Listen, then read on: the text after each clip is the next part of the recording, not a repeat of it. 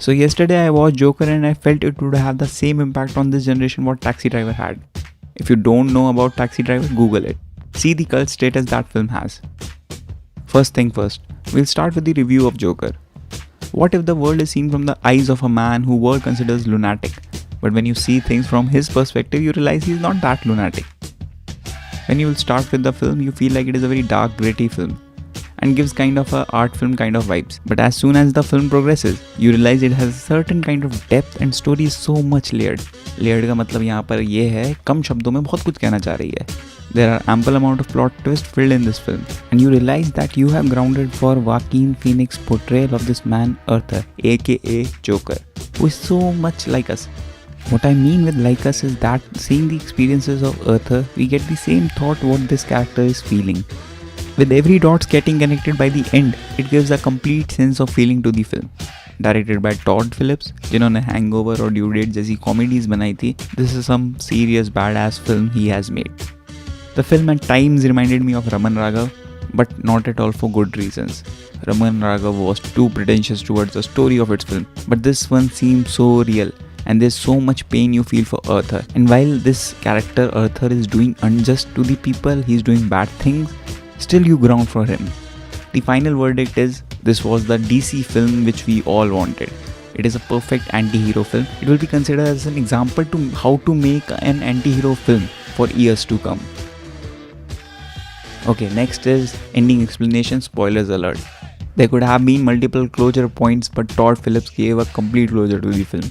While Joker kills his idol Murray, he realizes कि उसको finally उसकी audience मिल गई, as he is getting telecasted on the television. So he dances while he is being telecasted on the television. The chaos in the city is at its peak now, as the people are fed up of the authorities and rich people. So they are on the road creating movement against the establishment, and they feel that Joker is their hero. Here, our Joker is watching the world burn, and he knew he was that seed who created all this. But soon, his car in which he was being carried by the policemen gets crashed by an ambulance.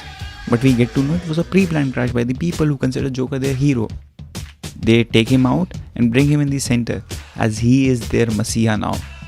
Joker finds his audience clapping for him, cheering for him, which he all ever wanted, but couldn't get the same. Finally, we could see a solace on Arthur's face, and he has found his real identity, which is the Joker.